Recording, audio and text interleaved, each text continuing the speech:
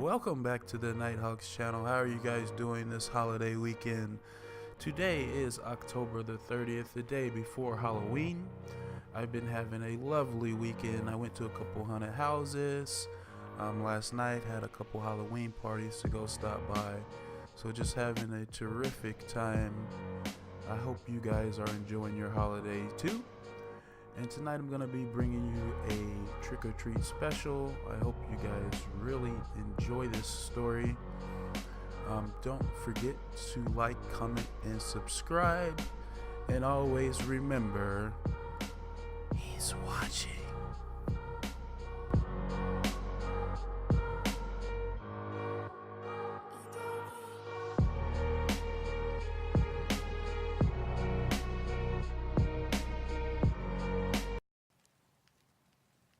I grew up in a small town in Iowa, and I loved this time of the year. It was football season, and my older brother was a walk-on at the University of Iowa, so every Saturday morning I couldn't wait to watch him play. The leaves on the trees were starting to change color, and I could feel the cool, crisp air of fall settling in. After a long, hot summer of working on my grandparents' farm and going from volleyball camp to basketball camp all summer long, school had started, and we were 4 weeks in, and it was Halloween weekend, so our fall dance was right around the corner. I was the only girl in the family, and I had two older brothers that were very, very protective of me.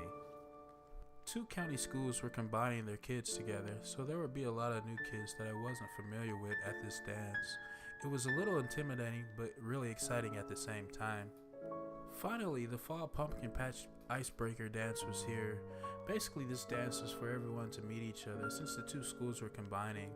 Since this was going to be my first dance, my mom took me to the local costume store to pick out my favorite Disney character from Frozen. I spent about 2 hours at the dance mingling and talking to new students and my friends. It was getting late, and my best friend Sarah, that I was friends with since the second grade, said that her parents would come pick us up and take me, her, and Allison out trick-or-treating before it got too late. It was around 9:30, and Sarah's mom finally arrived to pick us up. We were all so excited to get started trick-or-treating. We wanted to start in a new housing development because that's where all the new kids lived. We ran from door to door, gathering all sorts of goodies and treats. It was getting late, and we were nearing the edge of town. The farther out we went, the less kids we saw. Now this is where I would say this is the most creepiest part of town. Some of the houses were abandoned, foreclosed, or no one lived there. "Hurry up, girl," Sarah's mom yells as we get out of the car. "You know how your father gets if it gets too late." There was one house on the end of the block that I noticed no kids were going to. That must be the house with the old man and all the cats. They say if you ring his doorbell, his son will come out and kidnap you, Allison said. I heard all the new kids talking about it at school. Oh sure, sounds really scary.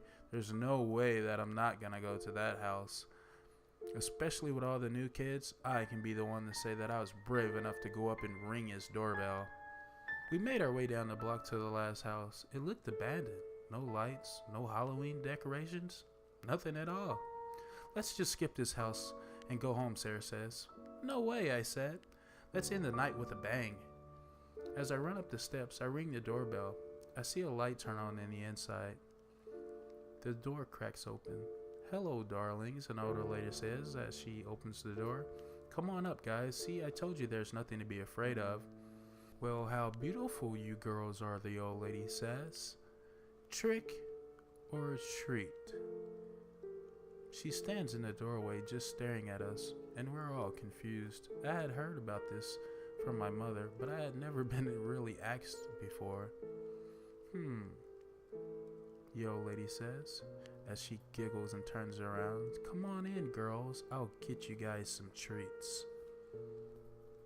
I have some fresh baked cupcakes and cookies on the stove as she disappears down the hallway to where it looks like to be the kitchen. We enter the house, and I notice there's an old man sitting in the reclining in the living room with the TV blaring really loud. As we enter the kitchen, I feel a hand over my mouth. "Get over here," as someone grabs me and drags me down the hallway. I start screaming, and I see Sarah's shoe in the hallway. I bite the hand that's over my mouth, let me go as I sprint to the front door. I grab the doorknob and it's locked. I'm screaming at the top of my lungs and I see Allison out the corner of my eye in the kitchen. I hear Sarah screaming for her mom. It sounds like she was upstairs. I can see lights starting to shine through the blinds and I hear sirens outside. Open up, it's the police. Then the door explodes in my face as the cop kicks in the door. He grabs me and the other man and comes in and yells, "Get your hands up," and pushes the man down to the living room floor. The cop takes me outside and I see Allison's mom outside screaming, "Where's my daughter?" as she cries. About 5 seconds later, another cop brings Sarah and Allison outside the house. They put us in the ambulance and they take us down to the hospital to get checked. About a week goes by and a cop shows up at my house. He enters our front room door and asks my mom and dad to sit down. He has some bad news. So, for about the last 2 years, that family had been kidnapping kids from our state fair. There was about 23 kids that were actually missing. 17 of them were missing because of them.